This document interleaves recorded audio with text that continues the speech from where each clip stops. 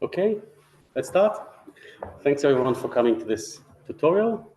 The tutorial is a work in progress. Right? I've given it a few times before, but I'm still don't feel 100% comfortable, and there's still material I'm adding. So apologies in advance if it's a bit in flight, but hopefully we'll get there. Yes, and I'm going to change the schedule a little bit. I'm going to take a 5-minute break in the middle, and I'll steal it back from the beginning of the break if I need it, but I'll try not to need it. So just 5 minutes. And I see we don't have anyone online, but they might join late. Okay, so, that is not the right one. There you go. So we're in a computational golden age, right? It's really exciting, okay? And on kind of two different fronts, and both of them are at POPL, okay? So this is a very POPL perspective. So on the one hand, it's a golden era of logic and type-rich computation, right? We have all these systems that took decades to develop, and they can do real things and at scale, and it's really exciting, okay? And we're also in the era of the golden era of statistical computation. We have these huge statistical models that run and affect everyone's lives every day, even more than in the past. Okay, so what do I mean by that? So on the logic side, on the left side, we have expressive type systems deployed at industrial level languages. So Haskell and Locale, I'm not throwing any risk because it's a language I'm involved with. I think some companies use it, but I think it's not quite industrial level yet, unfortunately. Okay. We have mechanized mathematics, Agda, Koch, Isabella, Horlin, and I'm sorry if I didn't include your favorite prover there, right? But these systems operate on, big definitions, huge proofs, and they make things like hypervisor runs, operating systems run, the internet function correctly. It's like drivers don't crash. That's really neat. Okay, this is like the dream 40 years ago, 50 years ago. And verification, of course, SMT is like one of the magical engines that make things like Amazon tick, but of course many other things, not just SMT. So the whole slow algorithmic magics, right, that we've developed over the last 100 years. Logic is making the world tick and continue to tick. And on the other side, we have statistical computation, right? So this I would call, say, generative modeling. Okay, you kind of build a model of how you think the world operates statistically, okay, and then you fit it to the world based on some data, more data, less data. Okay, this is using tools like multi-color simulation or gradient-based optimization, AI. It is what nowadays people call AI. Okay. Now, there's a clear connection to everything POPL on the right side. Okay, on the left side you have to squint. So Laffy yesterday, if you were there, there was a lot of connection. If not, next year. Okay, Laffy is languages for inference. Some talks at POPL would also make this connection more explicit between the two. Look out for differential programming, probabilistic programming, these kind of things. Maybe even kind of concepts from probability in the title. And this tutorial. Okay, great. So the plan, I'm going to do two things. Okay, but I'm going to do them very, very slowly. Okay, so the first one is I'm going to show you a typed setting for probability and statistics. Okay, this is not my idea. This is just another revision of it, but I'm using quite a lot of type structure. And I'm going to show you two implementations for this typed story. Okay, one is something that should be familiar to you from maybe high school, maybe university, maybe the media. And the advantage there is you know the maths probably, but you might know the language, so introducing the language.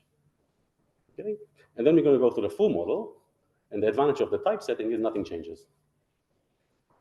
Okay, what changes is the model, and you can do more things with it, but the language you use doesn't change. Okay, so really we have two parts. The first part, I think you don't necessarily see everywhere, so I will actually spend a lot. I'll try to get this and this, the discrete model. And the continuous one, the full model, you might get there, you might not. I think it's not so important. Okay, you can see other lectures online. You can read the papers. You can come to me. Okay. And the neat thing is nothing changes. So like the slogan is, blink and you miss it. You might think you're in the first part and you're actually in the second part. Okay, that's kind of the advantage. Okay, so that's the plan. So let's start by, why do we need, so call it foundations for basic modeling? Why foundations? Well, we had more than 100 years of this theory, but I think only recently we can really tell it in a type story.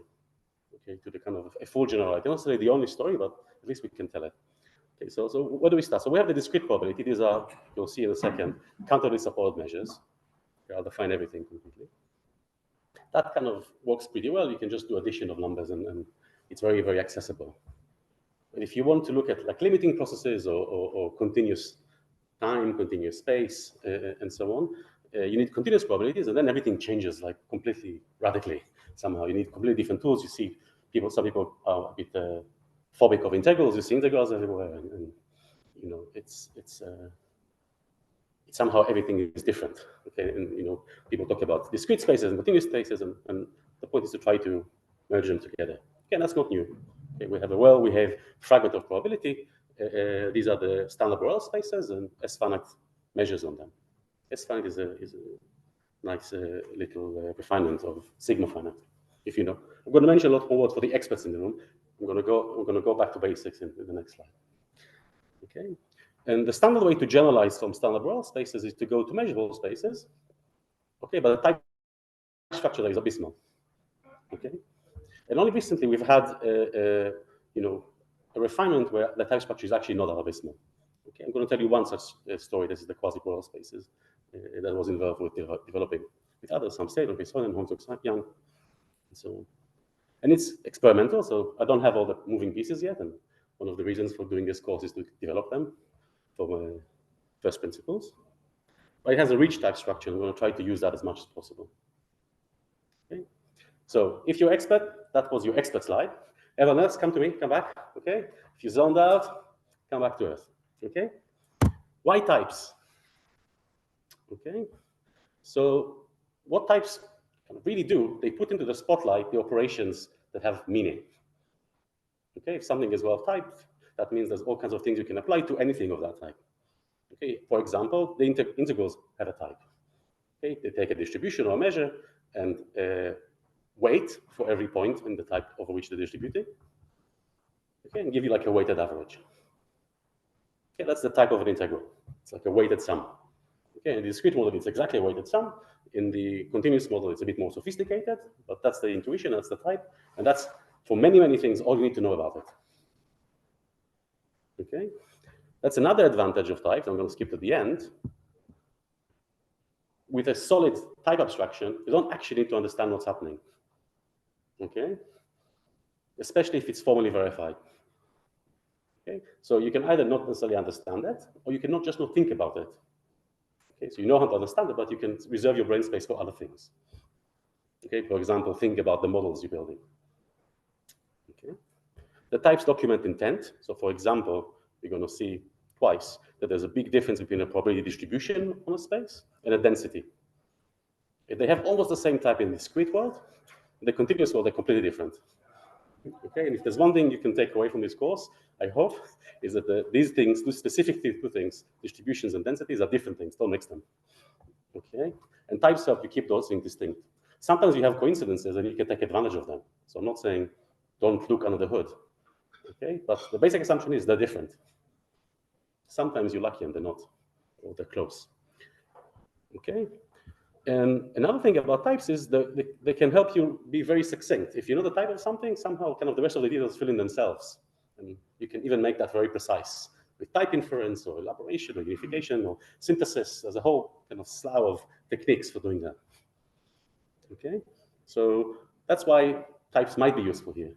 Okay, and I'm kind of collecting evidence why they could be useful, but I'm not saying I have all of them yet.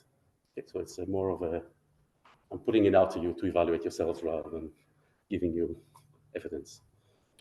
Okay, so the plan for today, and it's a bit ambitious, so we might not get there, and that's okay.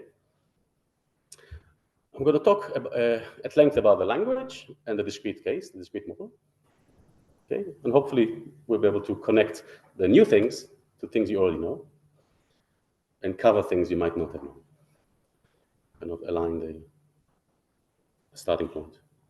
Then we're going to move towards the more general model by looking at events or Borel sets and measurable spaces, and then quasi-Borel spaces.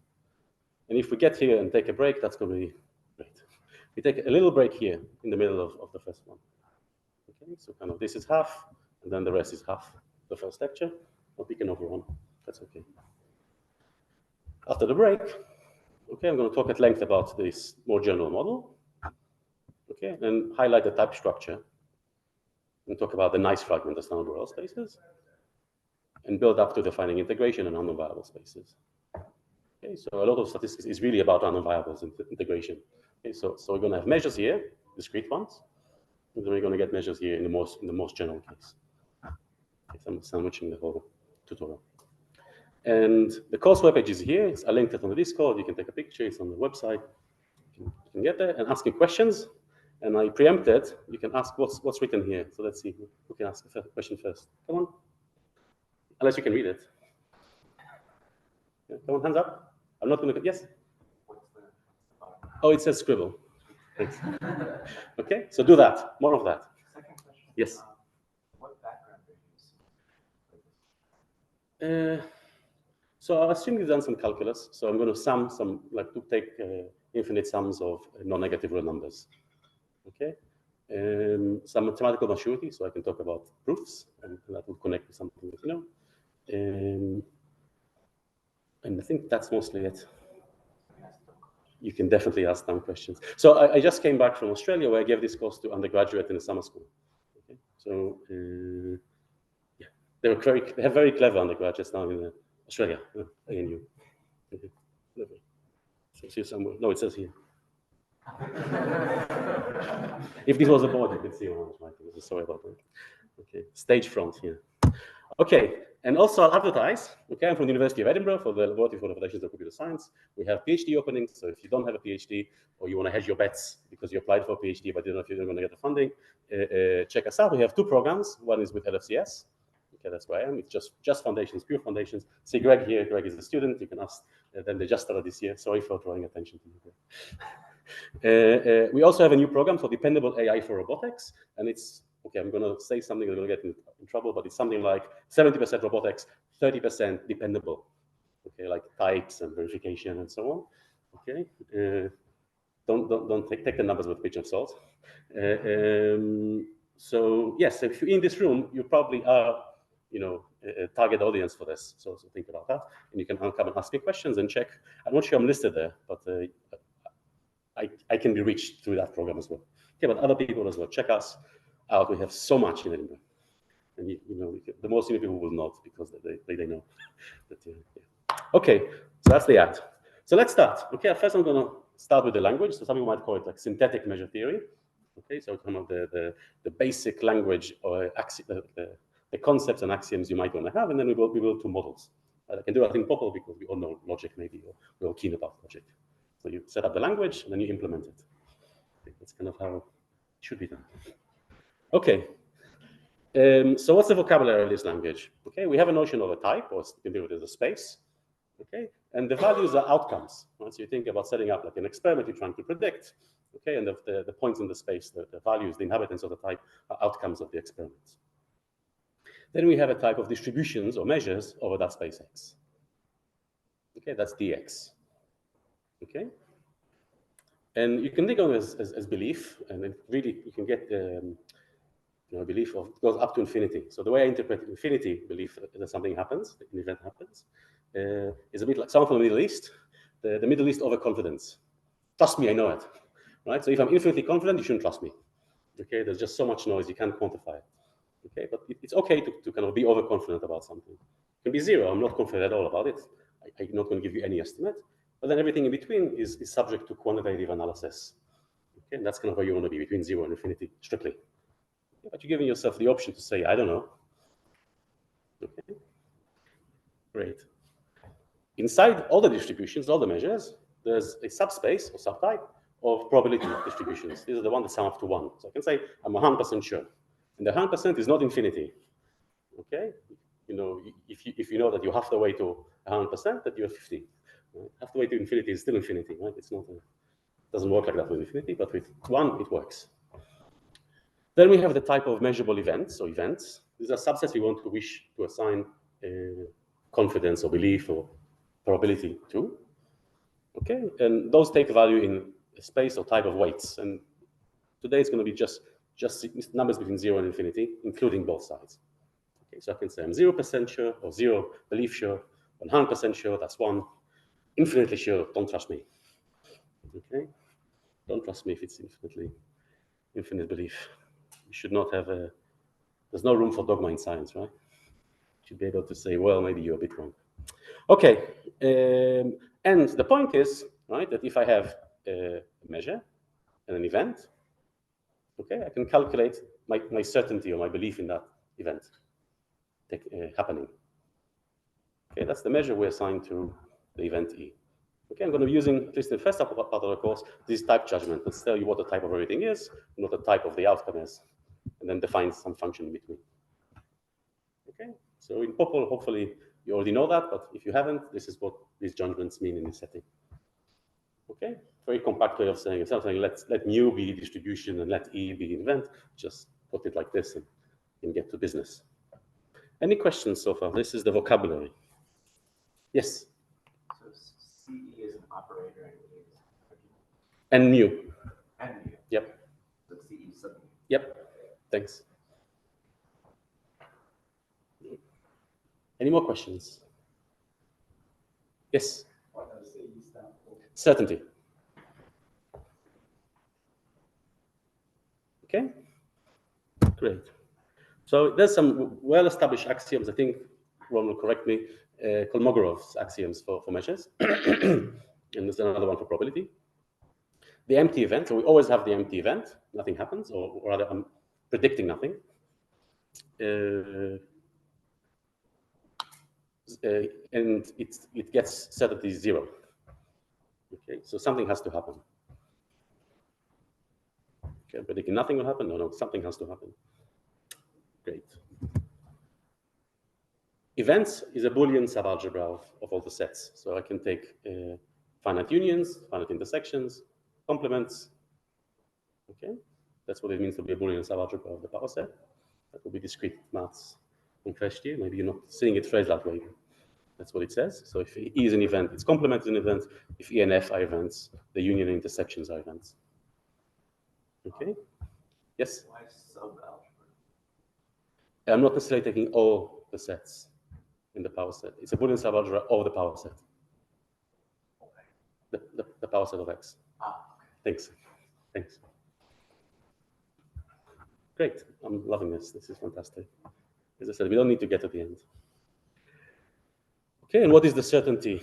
And the axiom is this disjoint additivity. There's different ways of saying it, but here's one. If I have an event E and I have another event C, okay, the probability that E happens, or the certainty I give to E, is E happens and C happens, plus E happens and C doesn't happen. Okay, so I can do this kind of case splitting.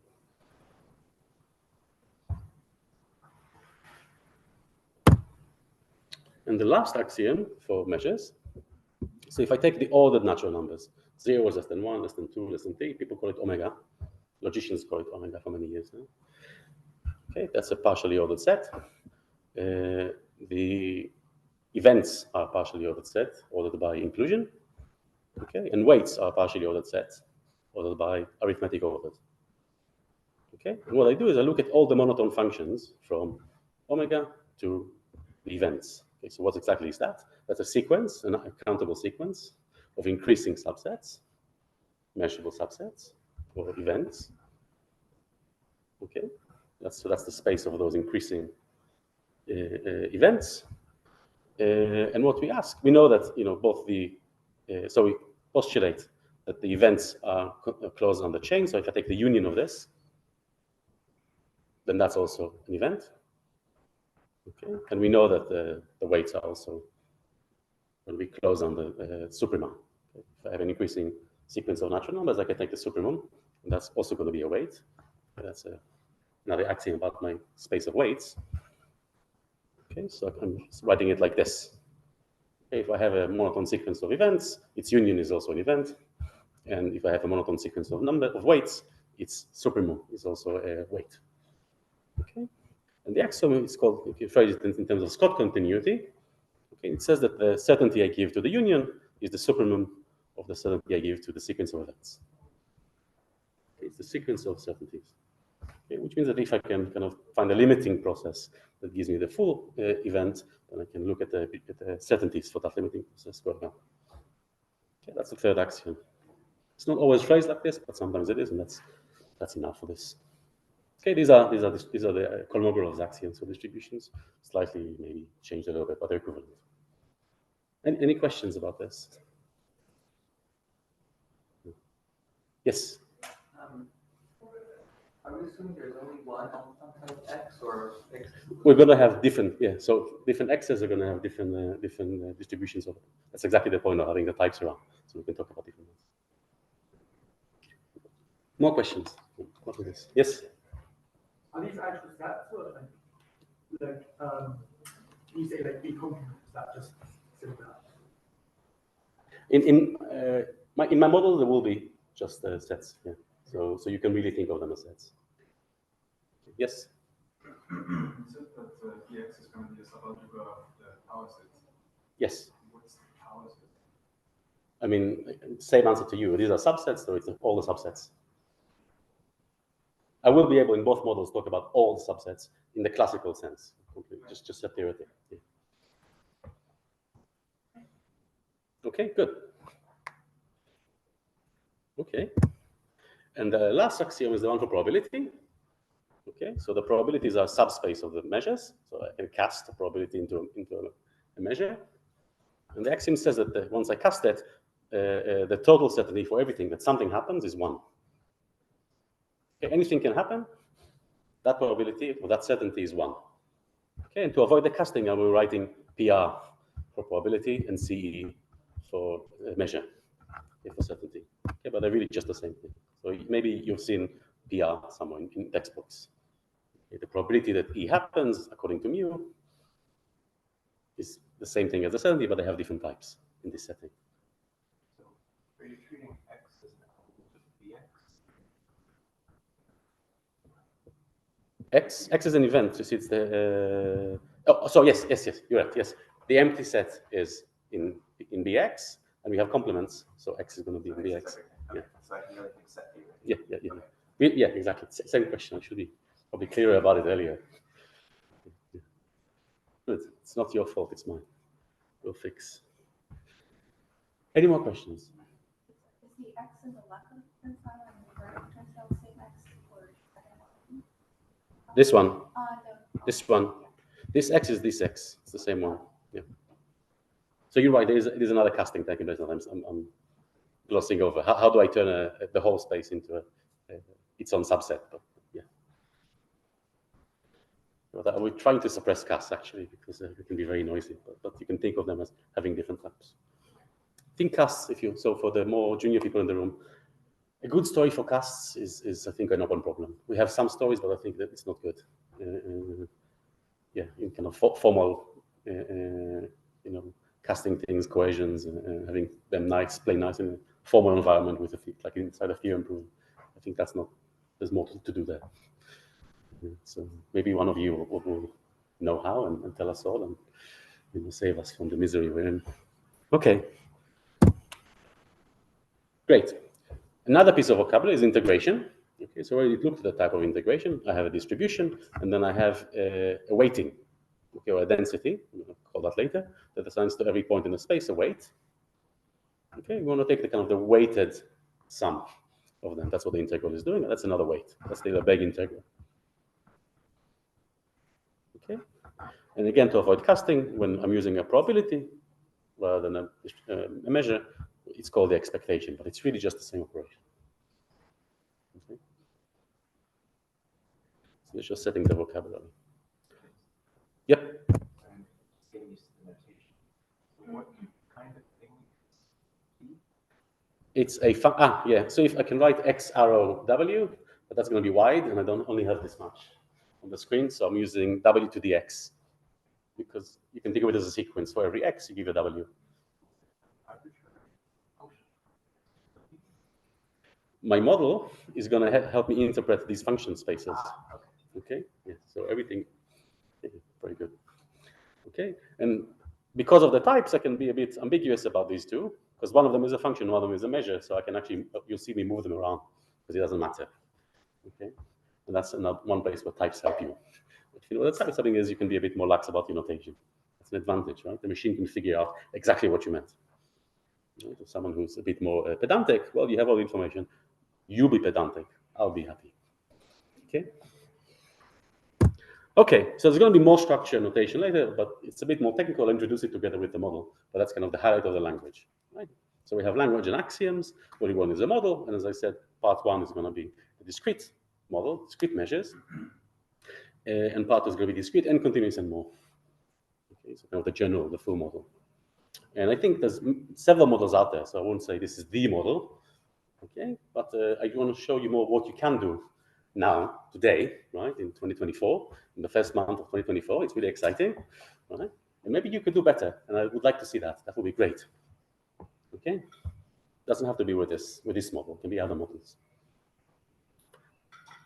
Great. So let's start the discrete models. How do you think about the discrete model? So the types are sets, so sets of outcomes. I'm not asking for any more. Okay, and a distribution is, you can think of it as histograms. Okay, so let's look at this space.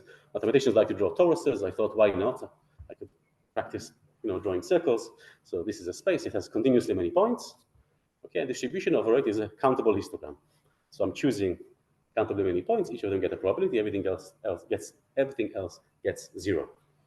That's the idea behind these histograms. Okay, and let's avoid a whole bunch of technicalities, but it's not the full story. It's just a discrete story. Okay, so some vocabulary for this. The points that get non-zero probability are going to be called the support of the measure. Okay, and in general, the measure is going to be a function that gives every point a weight, but it has a countable support. So the point get non-zero probability have to be countable. See, it's not a density. Okay, density just gives every point a number. Okay, it's a countably supported density. There's a difference. Countably supported density is a measure. Okay, it's a discrete measure. Distributions. Yeah. I would use measure distribution in the same synonymously. Oh, so yeah. Density and distribution. No, the density and distribution, or density and measure. So distribution and measure are the same thing for me in this course. Okay. Yeah. Density is something else. I know sometimes people would use distribution for cumulative density function. If you've seen that, I think Williams, which is a great work, he makes that distinction. I should do it for the people at home.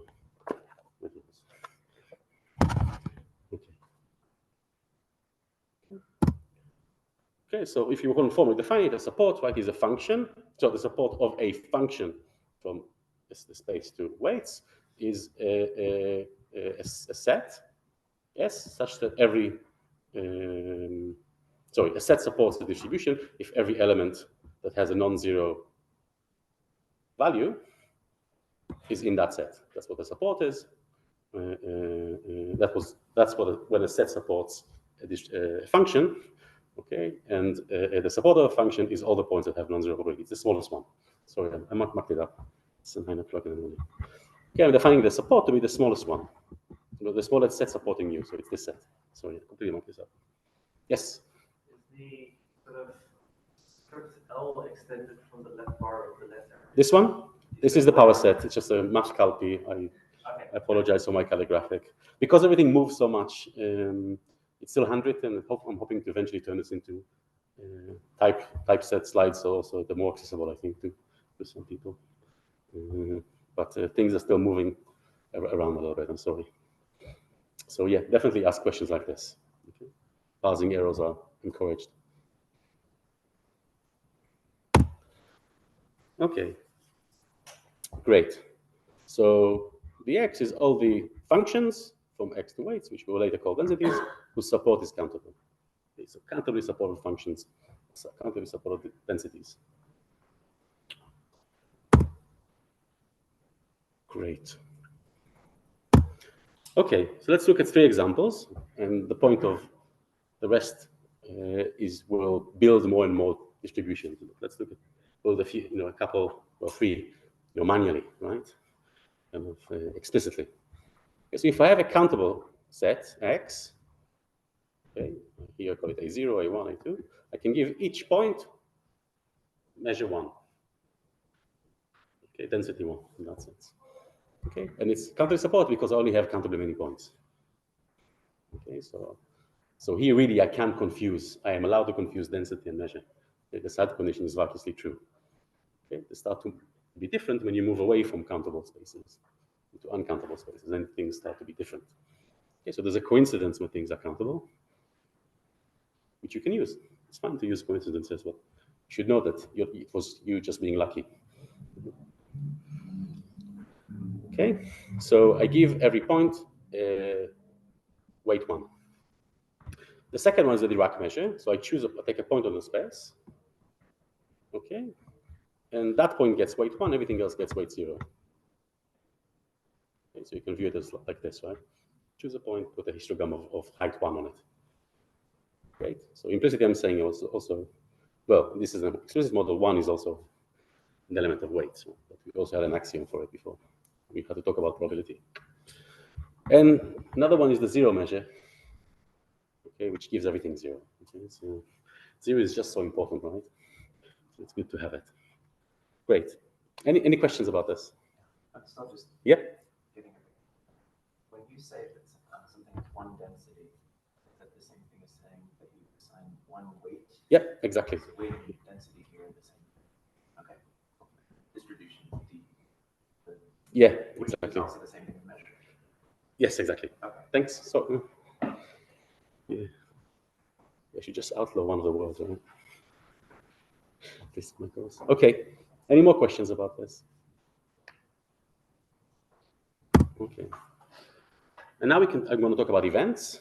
Okay. And the nice thing about this model is that every subset is an event. Okay. So everything is nice.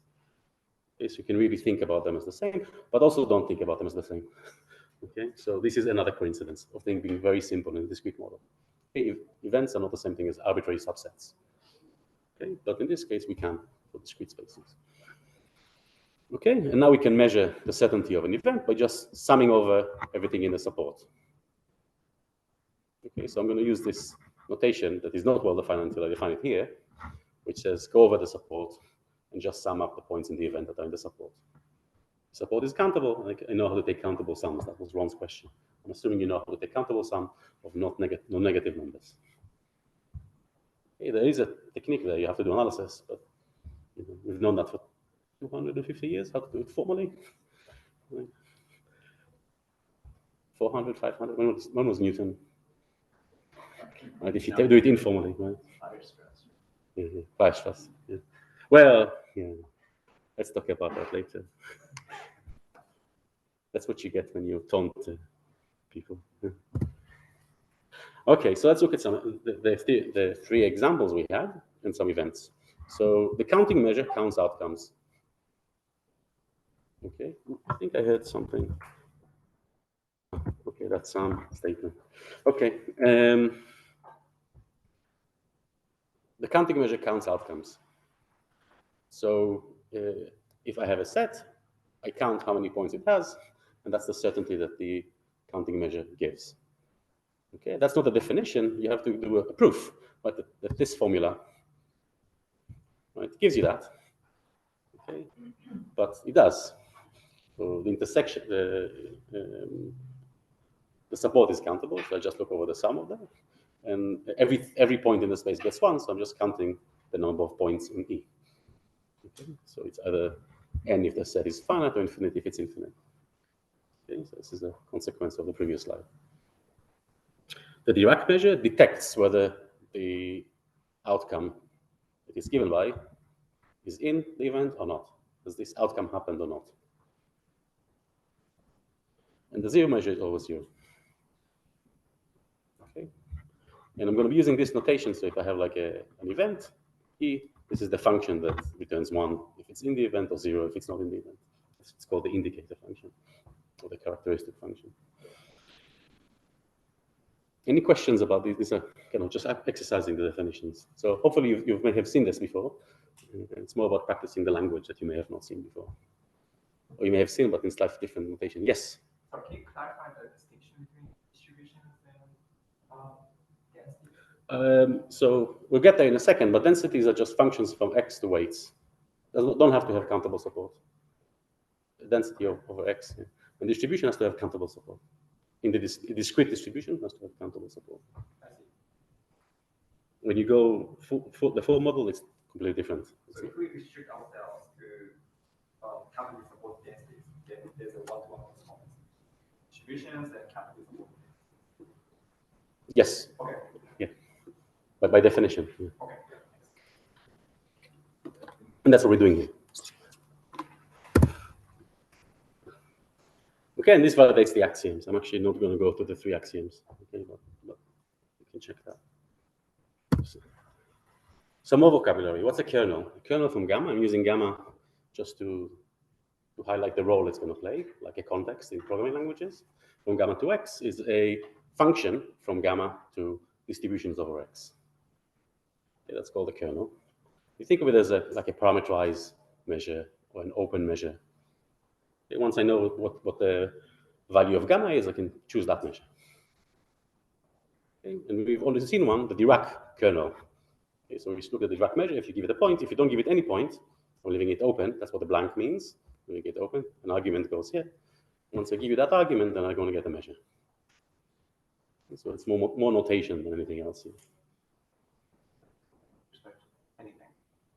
Anything in x, yeah. Okay, so here I'm taking x gamma to be x, yeah. Yeah, so gamma is just arbitrary. Yeah. Okay. Yes, I'm trying to kind of build on your PL intuition that this is going to be your context of values. Okay. The other ingredient that you might not always see is the Coq integral. Okay, so it's an integral that returns a measure. The bag integral returns a weight. The Coq integral returns a measure. Okay, so let's look at the type. Okay, you integrate a measure and a kernel. Okay. So you're kind of taking the weighted sum of the measure of the values of the kernels according to the measure. Okay, and in the discrete model, we define it, and it needs a definition. Okay. What did I do here? Ignore this. This is a no, that's fine. Yes, so it needs to be a measure. Okay, it takes a measure, a kernel, and gives it a weighted average, which is a kernel. So it is a measure. I should just read the types. It's a measure over x. Okay, but in this model, measures are functions. Okay, so given an outcome x, okay, the probability I'm assigning to it, well, I'm summing all the possible outcomes in gamma. Look at the measure. Okay, and then I have another measure here. I use that to measure my outcome of interest. Okay, so it's a weighted sum. It's a kind of, it's just a formal way of writing a weighted sum. This notation just says apply k to gamma and then apply that to x. Right, so it's kind of carrying. Yes? What does it say? Here? K of gamma semicolon x. Okay, because really it's like I'm applying it, I'm getting a function, I'm applying it again. Okay. Yeah, gamma, yes. This one, yeah. It's bound here. Integrals are high order, so it's just like an integral. But it produces a function. Yes. Because our measures are functions, right? But really you think of them as measures. It's a measure valued integral. Yeah. And if measures are functions, it's a function valued ones, but it's really a measure valued integral.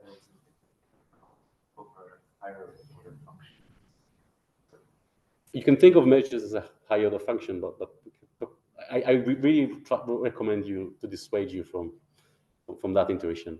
It's not there. It's kind of it's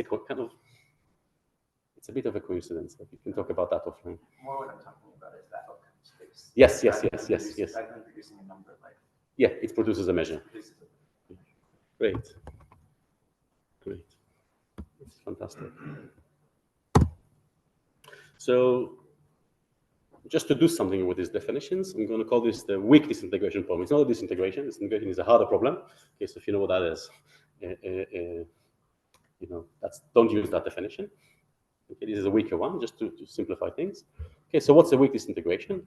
I have as input a measure mu, and another one on x. And what I want to find is a kernel that, given a gamma, okay, tells you what the probability of all the x says are given that gamma. Okay, such that when I take the weighted sum of them, so when I take the integral of that kernel with mu, I'm going to get mu. Okay, so it's like the opposite of integration. Which k do I need so that when I integrate it according to mu, I'm going to get mu. That's why it's kind of disintegration. It's not the full disintegration. It's just a weak one. Okay. Yep. Is there an intuition for why the name kernel? Oh, these things are old. I can't give an intuition. I'm sorry. That's fine. Yeah. We're just trying. Yeah. Let's. Yeah. If you find the answer. Like, Yeah. But, no, many of the names here are so archaic because it's been there for so long. So long. Yes. So we call it disintegration. Why don't you call it differentiation? Because I'll have something else I will call differentiation. Okay. Yeah. Thanks. I'm calling it disintegration because there's another concept that's called disintegration. It's like a weaker version of it, a simpler, a baby version of it. So let's look at an example. So we're looking at the counting measure on bit sequences 2 to the n+1, so n+1 bit sequences. Okay, and that's the counting measure on that. So each one gets probability of 1 over. Sorry, each one gets probability at weight 1. So this is just the counting measure, no probability. And we're trying to disintegrate this measure according to this measure, which is that 1 to 0 and 1 to 1. And we can take, for example, this kernel. Okay, given a point x and an f. What I want to say here, I think I'm missing an n. It's lambda n if f of n is x is 1, otherwise it's 0. And then you check that it works out. Okay, because I chose the number so they can work out.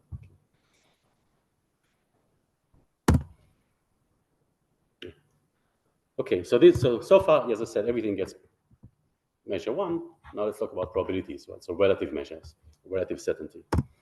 Okay, so a probability measure, okay, is a measure whose total certainty is 1. Like we said in the beginning. Right?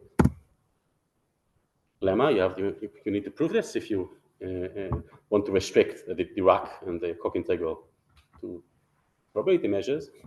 Dirac is also a probability measure, so it actually lives in Px. And if you integrate a probability measure with respect to a probability kernel, so every point is a probability, you get a probability kernel. Okay, so kind of you put in probabilities, you get out probabilities. Lemma statement will be no, so these are the ones we already have, and they lift along the inclusion from P to D. And lifting just means this, okay, which means that they restrict to something that comes from P. Okay, and it's just a calculation. Okay, and the point, this is this discrete Giry monad. This is named after Michel Giry. I think she's still around. I think she's in France somewhere. I don't think she's with us still. If you can go and meet her, I guess. I don't know if she. Yes, so this triple is a monad, but what it means is there's 3 equations. Okay, satisfy the 3 equations. So if I integrate any kernel according to Dirac, that's just evaluating at that point. Okay, and if I'm integrating the Dirac kernel, that's the same thing as not doing anything. And if I integrate, maybe write it from this side, if I integrate an integral, I can reassociate and first integrate the first measure, then integrate the result of the kernel, and then integrate the results. Yeah. Okay, and the core from the last lemma is that not only D is a monad, but P is a monad as well. Okay, so you have these 2 monads kind of side by side. Okay, and if you care, like if you know about effects and so on, you can interpret like a functional language using this structure. Okay, but we're not going to do that too much. Just an observation, and really what's important is these 3 equations. Okay, so I think I'll summarize here. Hopefully I remember that. Yeah, okay, so we'll take a short break now. So summarize the language, right? We have spaces, distributions, probability distributions, events, okay, which the measures let us assign weights to using this function. We talked about the measure-valued integrals, the Coq integrals. Okay, and we even mentioned densities, but we'll look at them more after the break. So I suggest we take 5 minutes, go to Lou, if there's a coffee. Oh, yeah, I can take questions. Yes. Are there more equations in integration? Like Oh, yeah, linearity. Good question. Any more questions?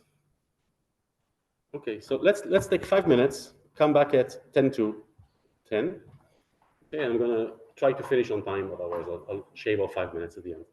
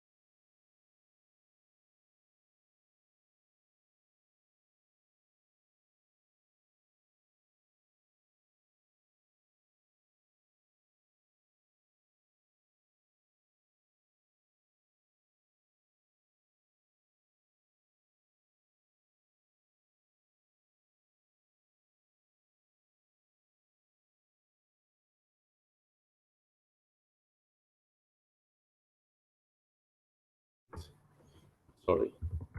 Okay, so that's the summary of what we've done before the break.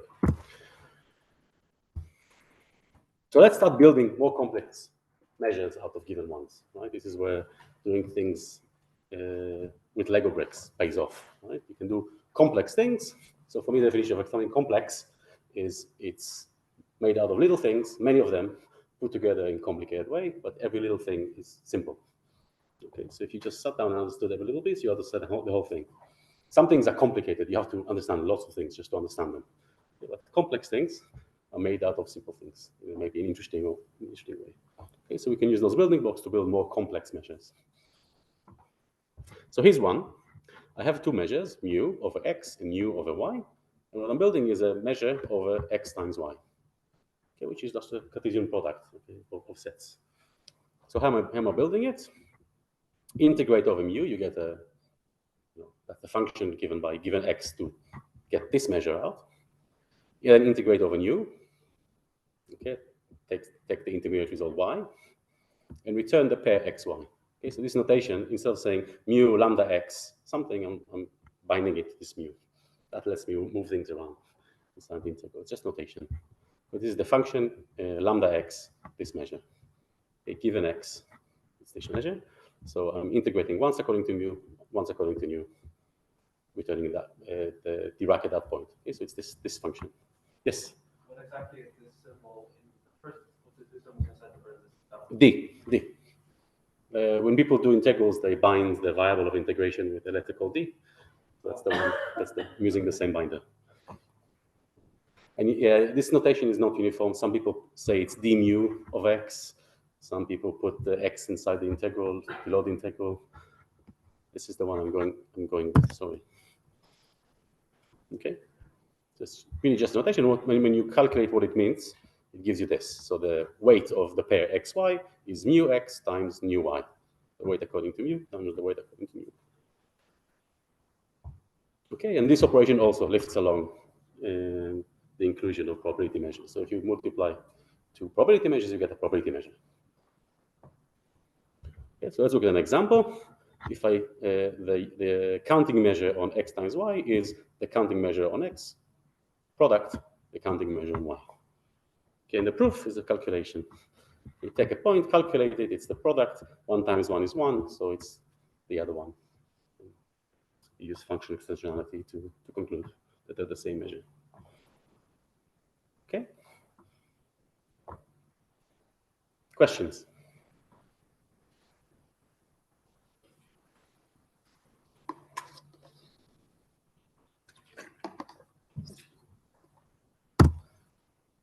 Let's look at basic fact about the product measure. So yeah, so the product measure gives me a measure of a product of spaces. So I'm going to use this funny integral with two integrals to talk about integrating over a measure of a product. Okay, so I'm binding dx and dy. Okay, rather than saying take a dz and project out the x, project out the y. Okay, so that's just this notation. Okay, so the famous Fubini-Tonelli theorem is that you can integrate in any order. This is for discrete measures. Okay, if mu and u are discrete measures, and k is any kernel over the product, then I can integrate first mu then u, or first nu and then mu, and they're both the same as the product measure. Okay, so here it's by definition, but on the other side, I flip it. Yes? Yes, discrete measures, there is not. Oh, that's it. And so, oh yeah, yes. Yeah. So one of the things I'm doing is I'm building up the language, and so that I don't have to change the language when I get to the actual Fubini-Tonelli theorem, which is not from Mesopotamia. But thanks for that. Yeah, that's a good. I like that.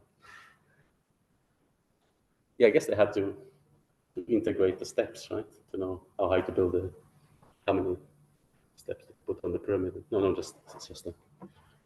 You know, that's okay. I should probably edit that out now. Okay. Another operation for getting new measures out of existing one is pushing a measure forward. Okay. So it's this one. So I have a measure and I'm pushing it forward along some function. So a measure over omega. Sometimes you'll see that in applications. They call the space over which you have a measure called omega, the sample space.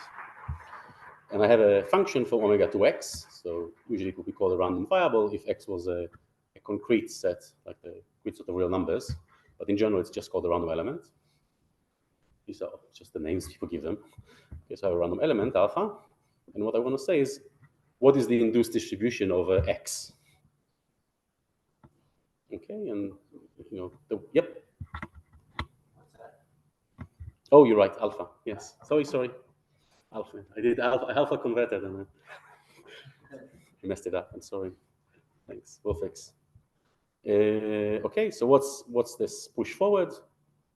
Is integrate according to mu, you get an omega out, and then put Dirac not at omega, but alpha of omega. Okay, so that means you kind of collect probability from everything that maps to omega. To the point alpha omega. Yes. I'm just going to ask it. So, a cognitable takes distribution and A kernel. And a kernel. Yes. Right. So what's the distribution here and what's the kernel? Mu is the distribution. The kernel is lambda omega delta alpha omega. So it's delta composed with alpha. Okay, great. So, and you'll see people call this push forward also the law of alpha, according with respect to mu. Yeah, statisticians talk about the laws. Okay, and what they mean is the distribution of the outcome of the random element. Okay. Any questions about this? I think I have an example on the next slide. Yes, very good. Okay. Maybe you've seen this before. I roll 2 dice, and I want to look at the space of outcomes of 2 dice. So one die is 1 to 6. Okay, die 6. So if you do D&D, you might have die 20, die 10, and die 12, and so on. But this is die 6. Okay, and I look at the product, 2 of them. Just the Cartesian product is just a space. The space of outcomes is a pair of outcomes for dice. Okay, and we can sum the outcomes. Okay, so given 2 outcomes, I look at them as natural numbers, then I add them. Okay, so I'm kind of implicitly casting. Okay, so here I'm explicitly casting. Okay, and the law of this plus, that's is the outcome of rolling 2 dice. Is the number of times a given sum appears. Okay, that's what this push forward is. Okay, the number of outcomes per sum is S. If you work out the definition, that's what it ends up being. So that's where laws come from. You do some experiment, and you transform the result, and the result is the thing you kind of look at. And you want to know the distribution over that. Any questions about this? Okay. Another operation, scaling a measure. Okay, this is where densities start to come in. We're nearly there. Okay, so if I have a single number, a weight, and a measure, I can scale it by that factor. And that just means given a number, look at its weight, and then multiply it by the scale. Okay. If this feels simple, that's great, right? The point is making simple things, right? And then we build bigger things with them. If this feels complicated, stop me, ask a question. It's fine either way. Okay, and this operation is think as an action of this monoid on the x. And all it means is there's a few equations. So scaling by 1 doesn't change anything, and scaling by b and then scaling by a is like scaling by a times b. That's all it says being an action. Actions are super important in computer science. Like, can't underemphasize that. Like, if you do partial evaluation, there's actions there. It's really amazing. Yeah.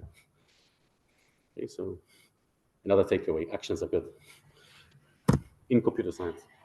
Okay, so for example, let's look at normalization. Okay, so here I have any measure over the x whose total sum is not 0 or infinity. Right? So it's landing in the good zone.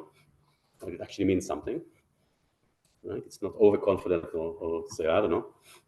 Okay, then its normalization is you scale by the total measure. Okay, and then you get a probability measure. Okay, so then straightforward. For example, if I have any space X and I have a finite subset of it, I can look at the uniform distribution over that subset. And that's by scaling the counting measure on that subset. Okay, take the law according to the inclusion of the counting measure on the subset. See, so I'm taking something that you all know, right? The uniform distribution over a finite set of outcomes, and we're building it from smaller things. Okay, then we don't have to check all the 3 axioms or measures, we know the whole. Okay, so the point about building blocks is that they save you work, not make up new work. Yes? Question. Define the products and the push forwards. Yes. Molding it to use the Cock integral and kind of like gamma. But for define scale, you have to look at the meaning of the function. Yes. Like, there is not have to look at the There is, yes. But we'll get there, I think, soon. But not yet. So hold that thought, but don't get distracted by that thought. Any more questions about that? Sorry. And very good observation. Okay, so now I'm just giving you some vocabulary because I feel I'll sin not to give you that vocabulary because it's just so easy to just give you that. Okay, so if you talk to someone who does applied things, they will say all those words. If you don't know them, they'll think you don't know anything. If you know them, then you'll see they don't mean that much. Okay, so I'm going to tell you three words. So a joint distribution is a distribution of a product. Okay, so when someone talks about a joint distribution, that's what they mean. Okay, you're smiling because that's true, right? Okay. A marginal distribution, okay, is the law according to a projection. Okay, and marginalization is the fact that we can integrate out one of the values if it was a probability distribution. So if I have a probability distribution mu and a nu, and I look at the product measure, pushing forward along the second projection gives us nu again. Okay, that's called marginalization. You can prove that. Dead easy. But then when someone tells you, I marginalize this, if you look like this, then they might kind of lose you lose all your street cred. Because I lose street cred left and right. So I'm kind of giving you from my experience. Right? Okay, great. Independence. Okay, so we can pair random elements. I have 2 random elements, alpha and beta, over they come from the same space. Oh my god, but they go into different places, and I can pair them. Okay, so given a value of the sample space W, I look at the pair of looking at alpha of that W and beta of that W. That's the basic operations you can do on functions. Yeah.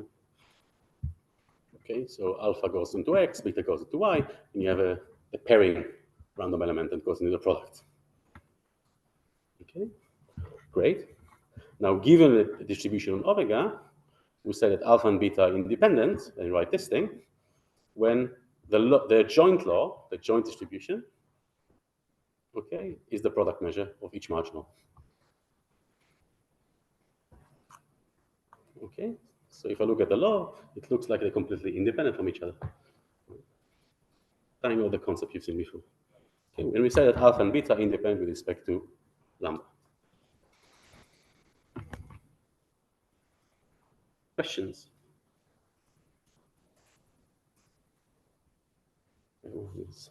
I have an example, so we can walk to the example. I took this from a textbook on Duret, but I think almost any book on statistics would have something like that. So one of your self-study things could do, pick up a probability textbook and translate discrete probability textbook and translate everything into this language and see what it looks like.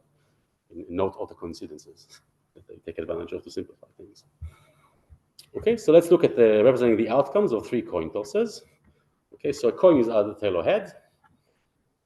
Okay, the outcome of a single coin, and then 3 is the product of the 3, and then the 3 independent tosses, right? And I kind of assume that if I toss the coin once, that's independent from the second toss or the third one.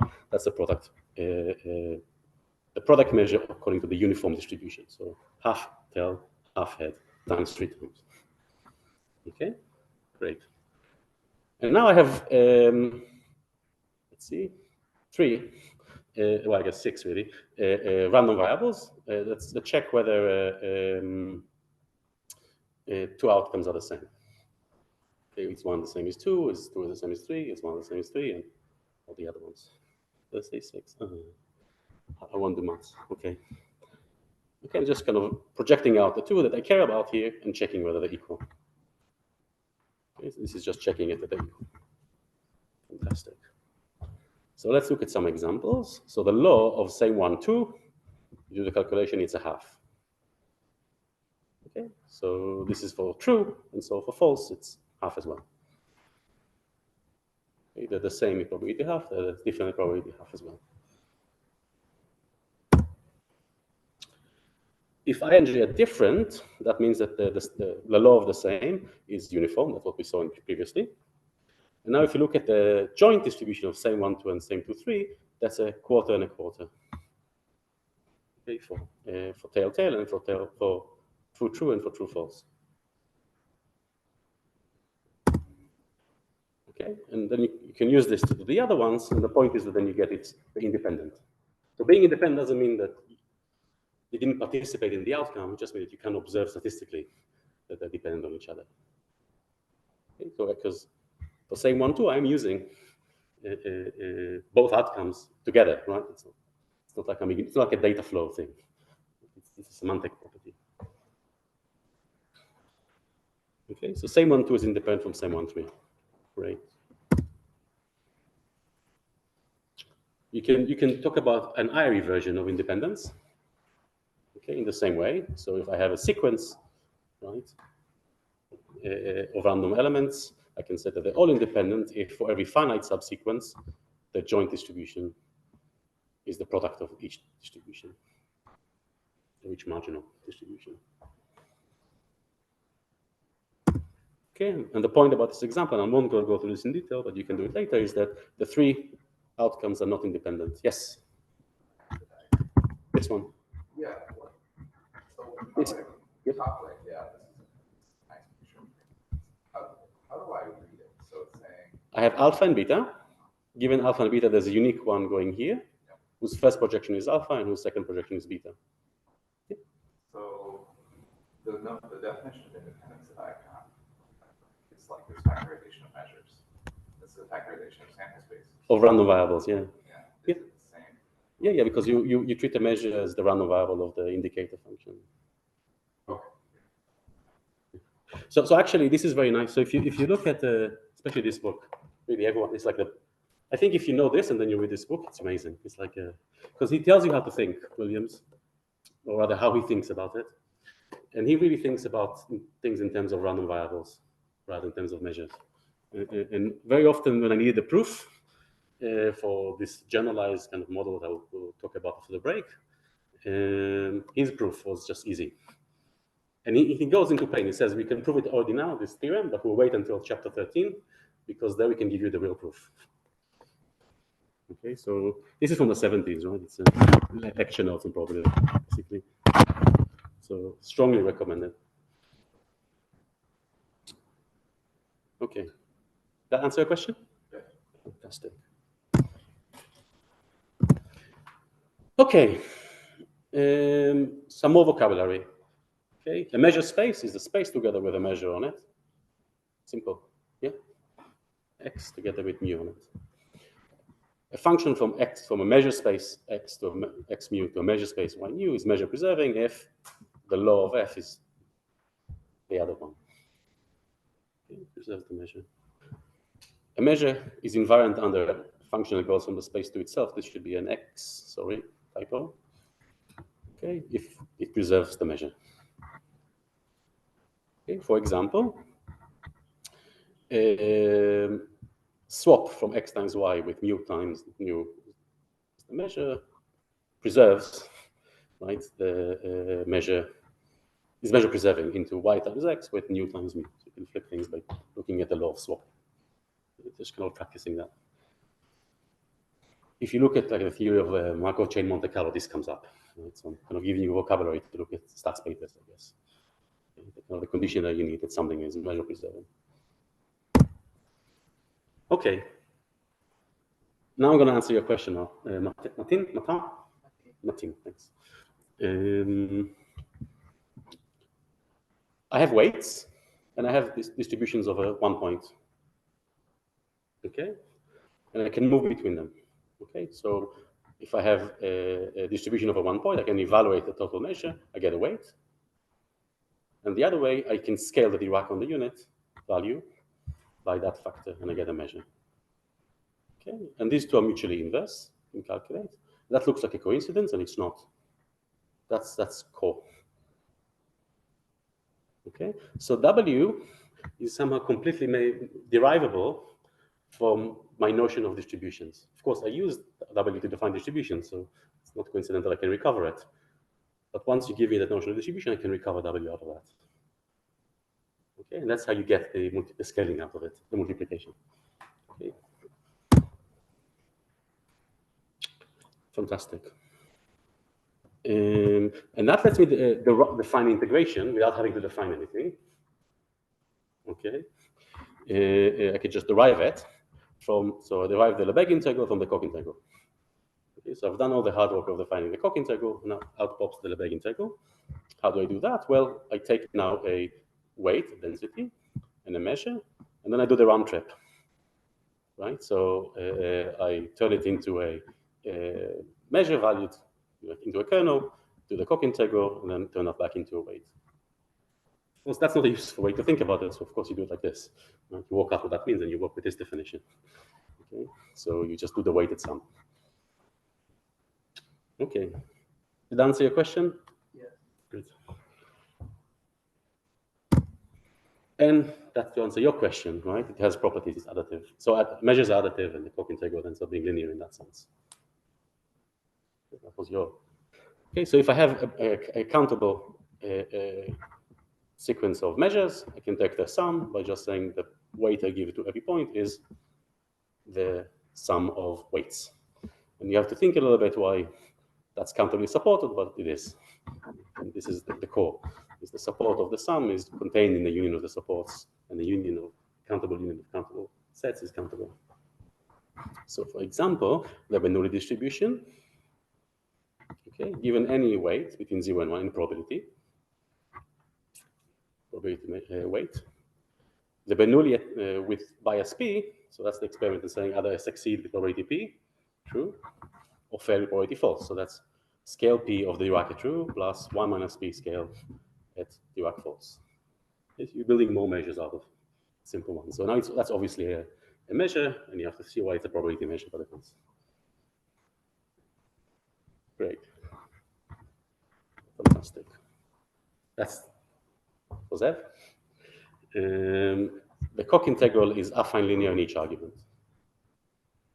Okay, so if I have a so that means two things. If I have a sequence of measures and I look at the integrate according to the sum, that's like summing according to the weights. It's according to each sequence. Okay, so it's linear in the first argument, the integral, and it's linear in the second argument. So if I have a countable sequence of, sorry, this should be kernels. No, here, kernels. Okay, taking the integral with respect to the weighted sum of the kernels, and that's just been pointwise. It's the same thing as taking the weighted sum of the integrals. Yes? But when you say theorem, do you mean the derivable theorem about the model? Yes, both. Because it's derivable in the type theory, it's derivable in the model, but I'm not telling you exactly all the axioms you need to have in order to get that. The keywords are synthetic measure theory. You really need 3 axioms. It's kind of really pretty, but I'm not going to do that today. Okay. So this bijection between weights and distributions of 1 is a sigma semi-ring isomorphism. So we preserve multiplication as countable summation. That's what this thing means. Okay, and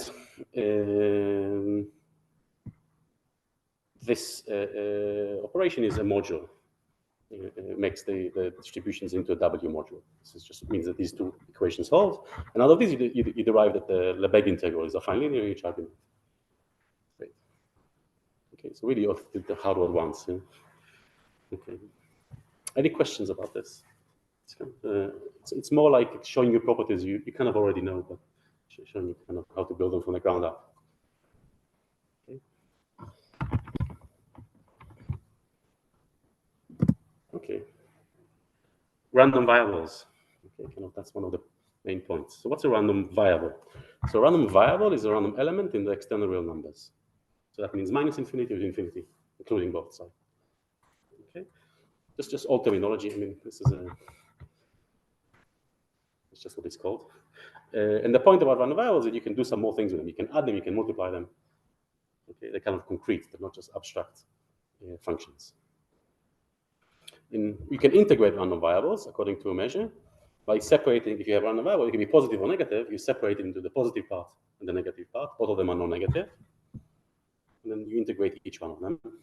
If not both of them are infinity, then you can take the difference. If they're both infinity, you don't know what to do, and then it's not. You don't have an integral. They're called not integrable. Great. Yes. Okay, so if I have, as I said, if I have a random variable and it's not true that both its positive side and its negative side is infinity, positive and negative, yeah, then I can define the integral to be the difference between the integrals. So the discrete Lebesgue P space, okay, is this space consisting of all the random variables whose total integral is finite. Okay, so here you actually mean and. Okay, great.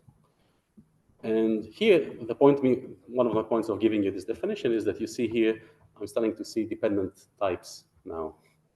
Okay, this space starts depending on mu and p. Okay, and we'll see that later. Okay, so some part of the later lectures is going to talk about the dependent type structure of the second module. Here it's very straightforward, so you can kind of fake it. Okay, and this space has a norm, and it behaves or a semi-norm really. It looks like a Banach space if you know what these things are in a product Hilbert space, but you have to worry about quality almost zero. So we'll look at that later. So now I can talk about densities. Okay, so what's a density? A density over x is a function from x to weights. Okay, so that makes it a random variable. Okay, and the basic operation I can do with densities is I can scale a measure according to a density.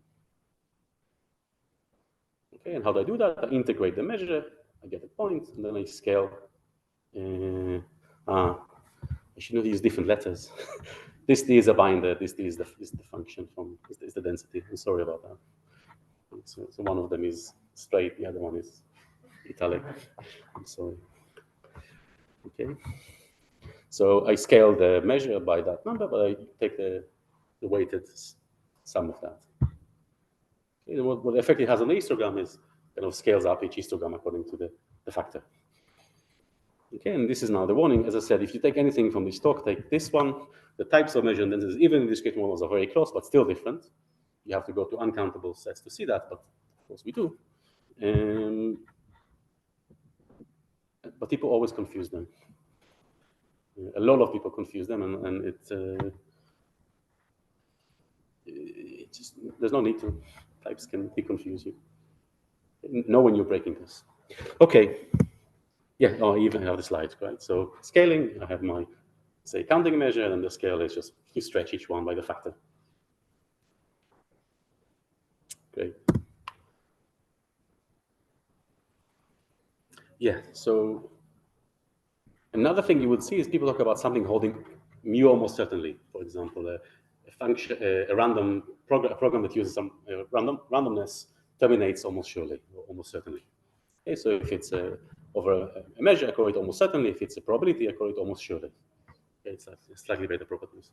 Yeah, so what it means is that if I scale according to the indicator function of the event, so the event E holds almost surely, scaling according to the events doesn't change the measure.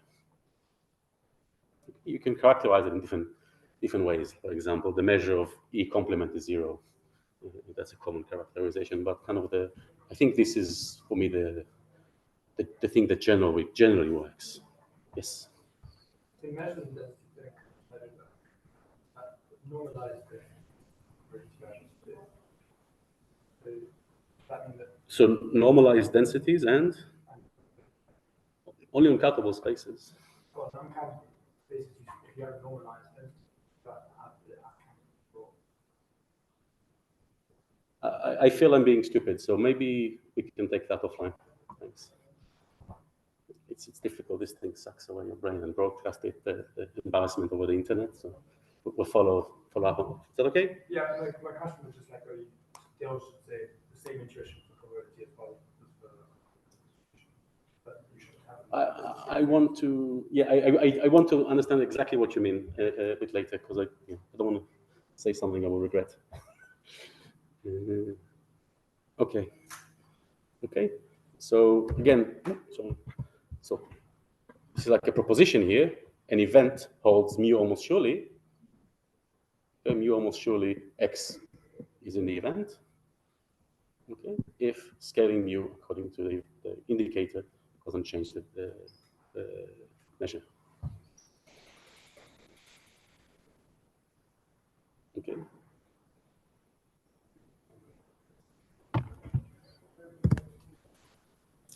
Great. So one of the things we do with density, okay, is you want to say when does the measure mu has density with respect to measure nu, and this is called D has density of is the density of mu with respect to nu, or something you'll see that D is a Radon-Nikodym derivative with respect to nu. Okay, or what you say mu is absolutely continuous with respect to nu. All of these things are equivalent. So what does it mean? It means that it's like the inverse problem of scaling. If I scale nu according to the density, I'm going to get mu. Okay, that's what it means that mu is absolutely continuous with respect to nu. Okay, and the definition you'll see usually is a slightly different one. It says, I think that's in the next slide. Oh, we'll get there. Usually you see a different definition, but I think this is really the core one. What is that? You write mu is absolutely continuous with respect to nu if mu has a density with respect to nu. Okay, if you can scale up nu to get mu. Great. I'm going to ignore this. Okay, so for example, if I look at the uniform distribution, probability distribution over some finite set X, A, okay, that has a density with respect to the law of the counting measure. We just scale it, we define it by scaling, right? But it's also true that the density can be just given 1 over A everywhere. Okay, they're both densities for the uniform distribution with respect to the counting measure. Okay, so the point is that densities with respect to are not unique. Okay, they're only unique up to almost sure equality. Okay, so this is usually called the Radon-Nikodym theorem. This is the discrete version. If I have two probability measures, mu is absolutely continuous with respect to nu if and only if for every point, if nu is 0, mu is 0. Okay, so I can't take non-zero probability outside when nu takes non-zero probability. And in that case, if D1 and D2 are two densities, then they're almost surely equal. Okay, that's usually called the Radon-Nikodym theorem. And this D, each one of them is called the Radon-Nikodym derivative. It doesn't matter which one. If all you're going to do with them is integrate them according to nu. Okay, so what we've shown in the previous slide is, so if you want, for a countable, maybe that's what you were saying, for a countable space, every measure has a density with respect to the counting measure. I don't know if that's what you were getting at. Okay, and the proof is kind of vacuously. Yes. And the last concept, I think, I'm going to do it, and then I think we're going to go for a break after this, is conditional expectation. Okay, because I think we can already phrase it, and so there's no reason why not to do it. Okay. So what are the types before I'm going to read this? So I have a distribution over some space omega. I have a random variable, a random element in X. That's a function from omega to X. And I have a random variable in omega. Okay, and kind of the way you think of it is you have your model for how things work. Then you're making an observation according to H. Okay, this picture. So I should do the other way around.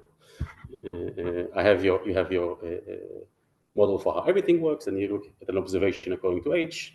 With this little green bit, it's an observation of this thing. That's the law of H. And you have a random variable of everything. What you're trying to do is find the best approximation of a random variable here. Okay, that's called the conditional expectation of alpha with respect to mu along H. Okay, it has, it has mu, alpha, and H. So the three arguments it has. And the type of it is a random variable, so it's a function from here to here. Okay, it has to satisfy this property, which is if I integrate any other random variable by scaling it on the observation side, that's the same thing as integrating alpha. Okay, so if what I'm doing is calculating statistics through integration, right, of the observation, that gives me statistics about the region of random variable. So it's kind of the best approximation. Okay, so you have to think about this. This is not something immediate, right? There's a lot of moving pieces. But that's somehow what conditioning kind of corresponds to formally. Okay, so Kolmogorov's theorem is that there is a function, okay, that picks out a conditional expectation. Okay, so it's the type for this function is dependent. Okay, so given any probability distribution and any observation, I have a linear function from random variables on omega to the random variables with respect to the law of the observation. This is very dependent. Okay, such that it picks out a conditional expectation of the input. Great. So I'm going to use this to do two things. So one is you can define the conditional probability in the discrete version. Okay, and that's by saying the probability given x0, the probability, what I want to say here. I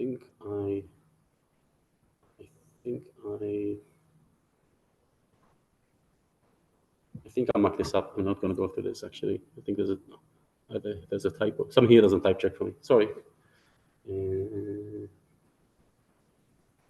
So I won't do that. Sorry. I'll fix that later. I just want to get to the break. The second application is Bayes' theorem in discrete version. And again, I took this from Williams. So you have a joint distribution of a product space, okay, probability distribution. Okay, and you're looking at the two marginals. Okay, and we assume that that joint distribution has some density with respect to two independent measures, one on each space. Okay, usually you just take the Lebesgue measure. Okay, and then you can call the derivatives, the joint derivative d of x and h. Okay, this is the density of the joint distribution with respect to the product. Okay, so observation one is that if you define x as the integral of, according to the other one, of the joint distribution, then it's a density of the marginal. And similarly the other way around. You can show that. Now you define this function, saying given x and theta, if the distribution, the margin of theta is not empty, you look at the ratio. Otherwise, you put 0. Okay. And now you look at the kernel that scales according to this given theta function. So you fix one argument, not the other. And the point of Bayes' formula is that the conditional probability is this lambda. So the density of that kernel is this function. Okay, so I'm not going to walk through all the details now, but you can take the slide and see what that means. Because usually people just phrase Bayes' theorem in terms of densities. And I want to show you that in terms of probability measures and concepts you already know. Okay, great. Okay, so what we've seen in this sense, the break, right? We looked at product measures, we looked at laws, right? We looked at the modular structure of measures, so you can sum them and multiply them. We look at Lebesgue integration, we build up some standard vocabulary, joint distribution, marginalization, independence, invariance, densities, Radonic derivatives. Okay. We talked about almost certain properties, and we even talked about conditional expectation. And the point of this is that when you move to the general model, things don't change. As you said, right? We've derived them from the basic vocabulary. So long as we build a vocabulary that has the right properties, we can derive the rest of the vocabulary. That's why I don't need to finish the second lecture, because just by building the model, you can do it yourself. Yes. So our notion of conditioning, here is basically defined in terms of like conditional expectation. Yes. So any kernel with respect to which random variable. Yeah. Or if I have a random variable, or actually if I have a joint, if I have a joint distribution and two random variables like the picture that I have, a conditional distribution of one given whether is basically any kernel that I can integrate like the marginal comparison with respect to when it should agree with the exactly, yeah. We don't define conditional distribution though. No, we define it through conditional expectation. That's the general theorem, yeah. It's the general way of defining it. Any more questions? This was a long route, so we're going to change the plan and we're going to stop here, take a breather, drink some coffee, come back at 11. Is that okay?